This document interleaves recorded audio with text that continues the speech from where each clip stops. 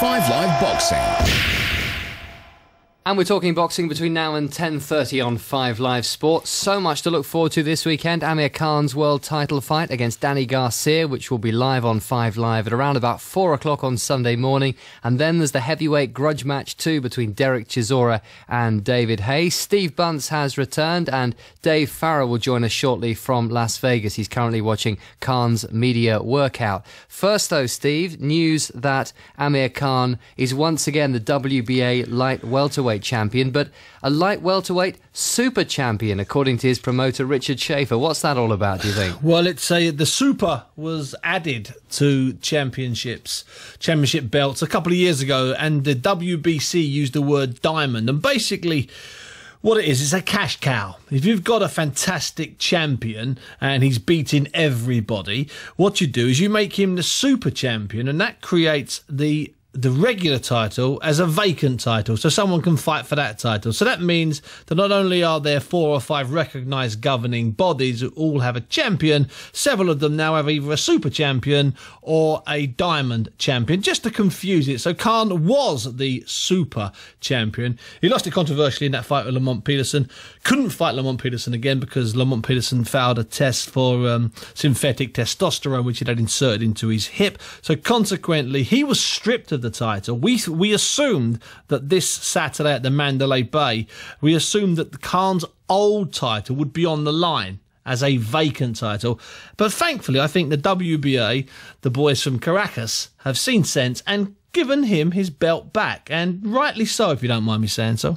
So things are looking up, perhaps, for Amir Khan, because it's been a frustrating 2012 so far. It's been a horrible 2012, and if you go back 6 or so weeks into 2011, it was, it started off bad. He boxed the wrong fight. It was a terrific fight to watch. It was the wrong fight against Lamont Peterson. He agreed to fight Lamont Peterson in his hometown in front of 12,000 of Lamont Peterson's friends and family, it seemed. They had a referee in the ring who had no right to be anywhere near the venue. He shouldn't have even been selling popcorn. He was so inexperienced. He would never have been selected. He would never have been selected in one of the fight capitals around the world. He took some points off of Amir Khan. That's why Amir Khan lost his title. It was controversial. And then we had the man in the hat. Do you remember this guy that appeared who was interfering non-stop with one of the judges throughout the fight, who then it turned out to actually know some of the people in Lamont Peterson's team. So an immediate rematch was ordered. Fantastic. Right way to go. That fight collapsed 3 or 4 weeks before the first bell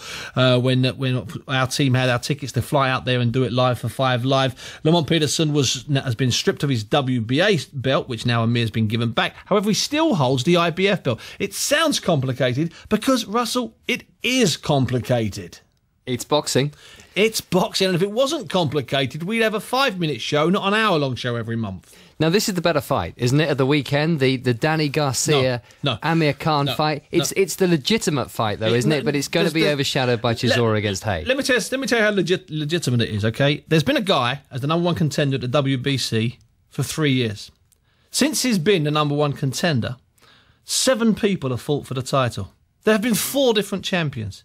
And he's just been standing there at the top of the queue of his arm race saying, what about me? He's the number 1 challenger. He was meant to fight the guy who lost to the guy who beat the guy who Garcia beat for the title, a guy that had never fought at that weight. Garcia had no right to fight for the world title and beat a guy called Eric Morales, who was nearly 40 years of age and had never fought at that light welterweight until he got his title chance against an unknown Argentinian. That guy, the guy that's never had the chance, is called a Josie Alusagun. He's British, and for some reason, this is like one of those, trust me, from earlier on, you will not read about him in the paper because nobody wants to know about this British-born Nigerian. Nobody wants to know about him. He should be in the ring with either Danny Garcia or with Amir Khan. Is Amir Khan and Danny Garcia a good fight? Absolutely fantastic. But it's not legitimate in the sense that Garcia should never have been given the title chance. He was given the title chance because he is promoted by the world's most powerful promotional outfit, Golden Boy, led by Richard Schaefer and Oscar De La Hoya. And he's shown on HBO, the American satellite broadcaster, as the most powerful boxing broadcaster in the world. And he's marketable. He's good looking. A Josie Alusagun, his fans arrive in the back of the same taxi. But it still doesn't make it right, and it certainly doesn't make it legitimate. Live in Las Vegas shortly to hear some more about the fight between Amir Khan and Danny Garcia. He'll have commentary on the fight between Amir Khan and Danny Garcia at around about 4 o'clock in the morning, Sunday morning that is, on 5 Live. Dave, you've been at the media workout, so what's occurring, as somebody once said?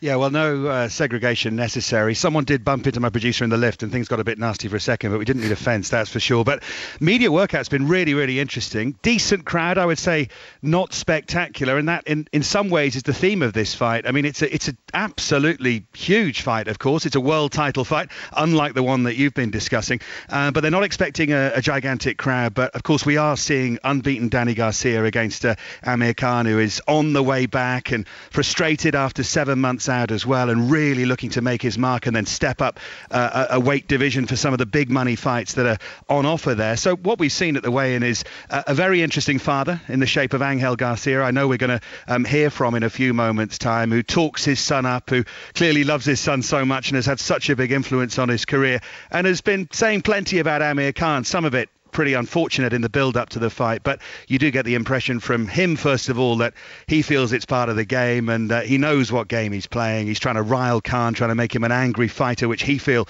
will suit Danny in the ring on Saturday night. And what we've seen from Amir Khan, I've just been talking to him, really cool, Russell, and I have to say, looks as good as I've seen him. Of course, he's changed fitness trainers. He's been talking about his new regime, which has even included something like changing his toothpaste. They've gone from a toothpaste with fluoride in it to an organic toothpaste because they feel it suits his body better, and he's not taking on as much water before fights as well, which was a tactic that they'd used previously. He looks great, he clearly feels great, and he's super confident as well. So unlike what you've been discussing, a very friendly media workout, but unquestionably one with an edge as well, because there's two guys here with so much on the line. So even if there isn't a huge amount of interest in this particular fight in the States at the moment, Dave, American TV and American boxing fans, would you say that they're very much still interested in Amir Khan, especially if he wins here and then steps up a weight? Oh, they're hugely interested. And let me just make a point here. There is a big interest in this fight in the States, but because of the circumstances, Russell, you've got to remember that a fight against Lamont Peterson here was cancelled very late, so people had made plans to come to that, not just from England, but from the States as well. It was made relatively late, and that means people haven't managed to get here. So it's not a question of, that there isn't a huge amount of interest in televisual terms. I'm just sort of saying that, it wasn't one of those media workouts that you get sometimes where it's absolutely rammed and people are 15 deep and sort of trying to shout and scream. There's interest, but just on site, as it were, not a vast amount of interest right now. But just to make that point absolutely clear. But no, the interest with Amir Khan in America is if he moves up a weight from light welterweight to welterweight, then suddenly a few gigantic fights come onto the horizon, but one in particular. I've just been talking to Richard Schaefer from Golden Boy about the potential of Floyd Mayweather. And, of course, the intriguing thing about Mayweather is he's always said how much he admires British fight fans, how much he's always wanted to fight in Britain. So we've had, I guess, what you call a mischievous conversation about, I can't remember how he put it now. I think it was spring or summertime, Khan, Mayweather, Wembley Stadium, bring it on. They think they could fill Wembley Stadium, but we'll see. But that's the mega interest in Amir Khan here. Should he win, of course, on Saturday night? I think that I'm not sure they'll fill Wembley Stadium, but they'll certainly fill somewhere, and it is quite amazing that there'll be no backlash against Floyd Mayweather, a guy we're talking about, Russell, who we need to point out is still in prison, having attacked his girlfriend and partner and mother of his children and told her in front of his two kids that he would kill her. Of course, he was immediately endorsed by the WBC President Jose Suleiman, who said, hey, hitting a woman's not such a bad thing. We can't wait for him to get out of prison, then he can fight somebody, and it will be a massive event. Tricky, that one, isn't it? Hard one to sell, that, Floyd Mayweather. May actually be hard to sell over here, that one, Dave, to be honest with you. Well, you could make it good guy, bad guy, couldn't you, Steve? I suppose. But no, I mean, listen, of course, I endorse everything you say.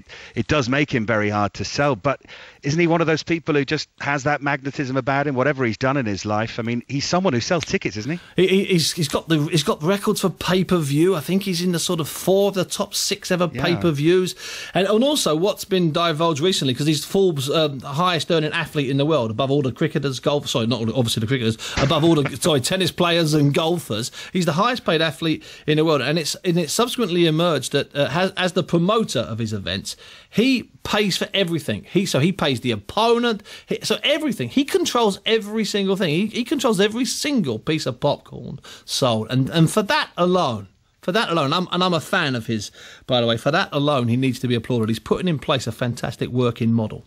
You promised us, Dave, a few minutes ago we'd be able to hear from Danny Garcia's father and trainer, Angel, who's been telling Dave that he's not bothered about his son being the underdog, despite having a world title to his name.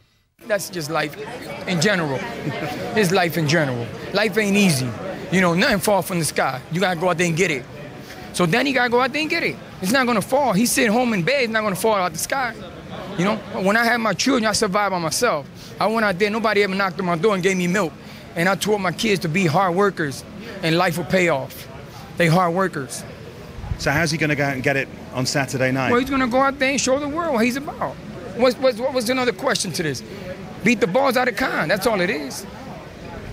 But people say Khan's too fast. Too fast hands. Too fast for what? What fast for what? What is he fast about? He's Superman? Listen, Superman even got a weak spot. Don't bring no crystal around him. So your argument is he might have fast hands, but it's what you do with it. They got their foot in their mouth, so deep in their mouth, they don't know what's had it. They don't know what. After their foot is so deep down their throat, that they ain't going to be able to get it out July 14th. You seem to be thriving on the fact that you are the underdog. You kind of love it, don't you? That you want to ruin the party. Because you know why? I love it because they riding so deep. Listen, there's the thing. After July 14th, ain't no say-so. What they're going to say? Oh, Khan, they had no chin. Like Morales was too old, but Morales lost the championship at the scale. He didn't have to fight. He could have took a knee and went home. No, he said, young fella, you want this, come get it. Listen, when Danny was 6-0, we fought on the undercard, Oscar De La Hoya and 2-pound Stevie. They came to me an hour before the fight, and his opponent was out. They gave me a guy who was 28, 18 KO, southpaw, with 11 losses. Danny was 6-0. I told Danny, if you can't beat guys like this, you can never be a world champion. And Danny went out there and did his performance of his life on the undercard, Oscar and 2-pound Stevie. And guess who was on the audience? My best fighter of all time, Alesi Arguello. And I couldn't believe that I was sitting there and Danny was performing. All I kept saying was, keep doing what you're doing. He was beating the balls out of this guy. He's going to beat Khan's balls out of him. So you're confident then? Man, come on, man. Listen, come on, man. I know you're a doubter, too. I can see it in your face. I'm not a doubter, no. Well, you're asking me these questions like you doubted, but it's okay. I'm not going to hate you. I still have a drink with you July 14th. So we're going to have a drink on Saturday night, and you're going to be celebrating. We're going to shake hands on it. I'm going to be paying. You're going to be paying. Is that a promise? No, it's a promise. Okay, one free drink guaranteed. Should we hear from a slightly more sober Amir Khan? And when I use the word sober, I don't mean that Angel Garcia had been drinking, but he's got a hard act to follow. Here he is reacting to his reinstatement as WBA champion. 100% now I get the chance to, I got the chance to get my title back after Lamont Peterson cheated in the first fight. Also, fight for the WBC title, which I've always wanted to fight for, the green one. And then the ring title. So think of it, there's five main titles in the division. And hopefully when I win this fight, I'll have won 4 of them, 5. So I've totally cleaned up the division. There's nothing else to win in this division apart from the WBO, which I wanted to fight for against Tim Bradley, but he turned me down. But maybe I can go up a weight and fight for that title. So I've literally done everything I wanted to do in this division after this fight. Hopefully we win this fight, first of all, not looking too far ahead. We've got a tough task in front of us. And then after that, I'm just going to see where we go from there, really. And talking of Tim Bradley, Freddie Roach has told you, hasn't he, to make sure you get Garcia out of there because don't want to leave it to the judges. Exactly, we don't want to leave nothing to the judges now because we know what happened with Manny Pacquiao and everyone. And I'm not going to say much about him because they're going to be judging my fight, so I'm not going to say anything silly, but we know what to do in there. And Freddie said, look, if we hurt the guy, which I believe I will, we will go for the finish and we will finish him off. If the fight goes to 12 rounds, I know I will win so convincingly anyway, but we just have to be sharp and smart in there. Dave Farah talking to Amir Khan. Dave will have the commentary from around about 4 o'clock on Sunday morning during Up All Night here on 5 Live, and you'll be able to hear it again if that's too early, stroke too late for you, on 5 Live Sports Extra at 7:30, 8:30 and 9:30 on Sunday morning. There'll be more on this fight in 5 Live Boxing tomorrow, Bunsey, but just before we finish for tonight, are they right to be worried about making sure it's a knockout because of recent verdicts in the world of boxing? Recent verdicts, and also the fact he has to look good here to stake his claim for a fight with either Pacquiao, Bradley, or more importantly, Mayweather. Amir will do it, and it will look fantastic. And Angel won't buy Dave that drink, 100%. You will not buy him No, of course not. Even though we've now got it on record. No chance. No. No chance. We shall see. Thanks for your company tonight, Steve.